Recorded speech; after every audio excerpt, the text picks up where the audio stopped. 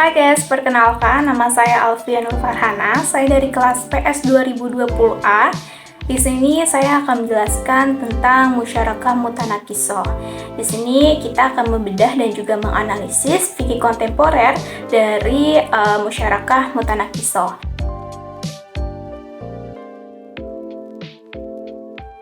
Jadi, musyarakah mutanakisoh adalah bentuk kerjasama antara dua pihak ataupun lebih untuk kepemilikan suatu barang ataupun aset gitu. Nah, di mana kerjasama ini akan mengurangi hak kepemilikan salah satu pihak, sementara pihak yang lain akan bertambah kepemilikannya.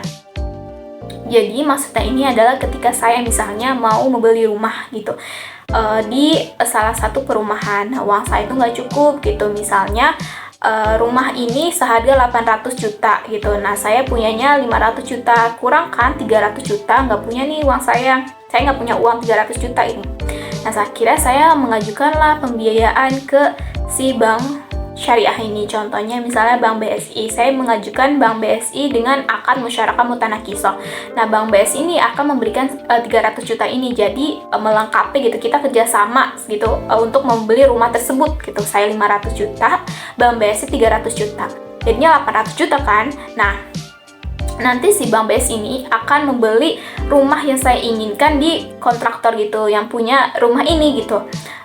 Udah misalnya sudah selesai, dan nanti si bank ini akan menyewakan rumah ini ke saya gitu sebagai nasabahnya gitu. Nah, nanti ketika saya membayar setiap bulan ataupun per tahun gitu sesuai kesepakatan ya. Saya misalkan bayar per tahun. Nah, nanti ketika saya membayar itu hak kepemilikan saya itu akan bertambah atas barang itu, dan hak kepemilikan si bank ini akan berkurang, dan di akhir rumah itu akan menjadi milik saya ketika kontrak ini udah selesai gitu. Pokoknya contoh dari kehidupan nyatanya tuh kayak gitu ya. Semoga bisa dipahami ya teman-teman.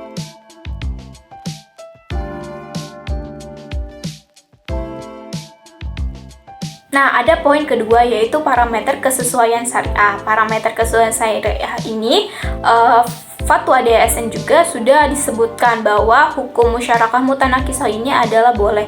Jadi karena Fatwa DSN juga sudah memperbolehkan, ya berarti itu namanya boleh gitu ya. Karena di dalam musyarakah mutanakisoh ini tidak adanya maisir, gharar, dan juga riba. Jadi ya diperbolehkan, kecuali memang di dalamnya ada riba, maisir ataupun gharar, itu baru tidak diperbolehkan ya teman-teman.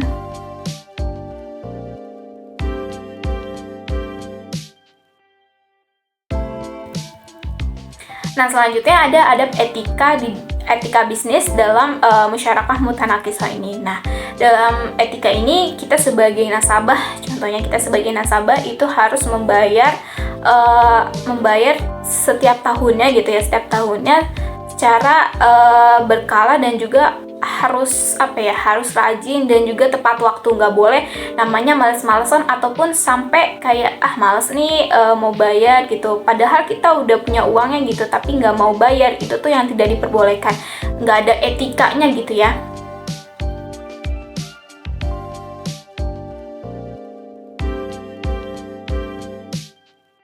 Jadi yang nomor 4 atau poin keempat itu ada usul fikihnya. Nah, musyarakah mutanakisoh ini ada dalam Al-Quran surat As-Sadd ayat 24. Nah, nanti saya akan memunculkan gitu ya surat As-Sadd ayat 24 di sini biar teman-teman bisa lihat dan langsung baca sendiri gitu ya.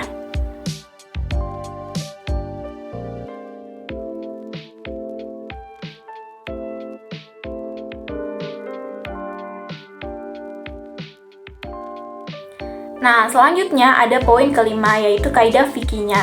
Nah, selanjutnya itu musyarakah mutanakisoh ini kan di dalam Al-Quran ini sudah diperbolehkan gitu ya.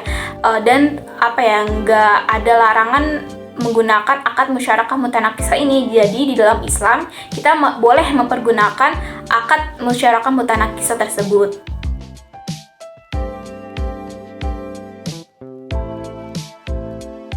Nah, selanjutnya ada poin ke-6 yaitu maqasid syariah.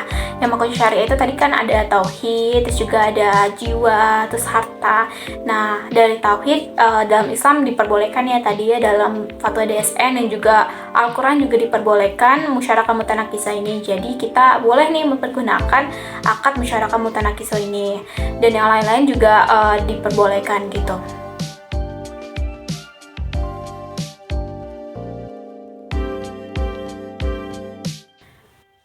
Nah, selanjutnya ada akad-akad fikih di dalam akad musyarakah mutanakisah. Nah, dalam akad-akad ini ada namanya akad musyarakah dan juga bai atau jual beli ya teman-teman. Jadi ada beberapa akad dalam musyarakah mutanakisah ini.